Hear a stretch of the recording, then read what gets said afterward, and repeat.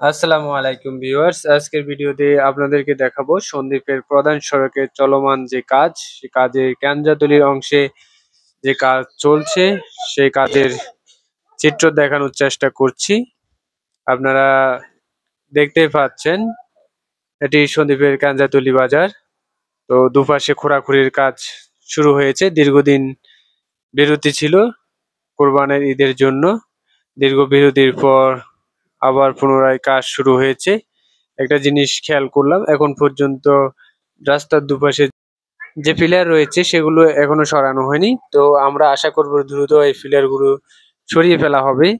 আর আপনারা গতকাল একটি ভিডিওতে দেখতে পেয়েছেন যে বৃষ্টির পানির উপরে জমে থাকা পানির উপরে রাস্তার দুপাশে গাঁথনি দেওয়া হচ্ছে। তো আপনারা যার যার এলাকার কাজ বুঝে নেওয়ার চেষ্টা করবেন যাতে করে স্বচ্ছভাবে এই প্রধান সড়কের কাজ শেষ হয় এবং টেকসই উন্নয়ন না হলে, টেকসই কাজ না হলে সাধারণ মানুষ বেশি দিন এর সুফল ভোগ করতে পারবে না। ধন্যবাদ সবাইকে।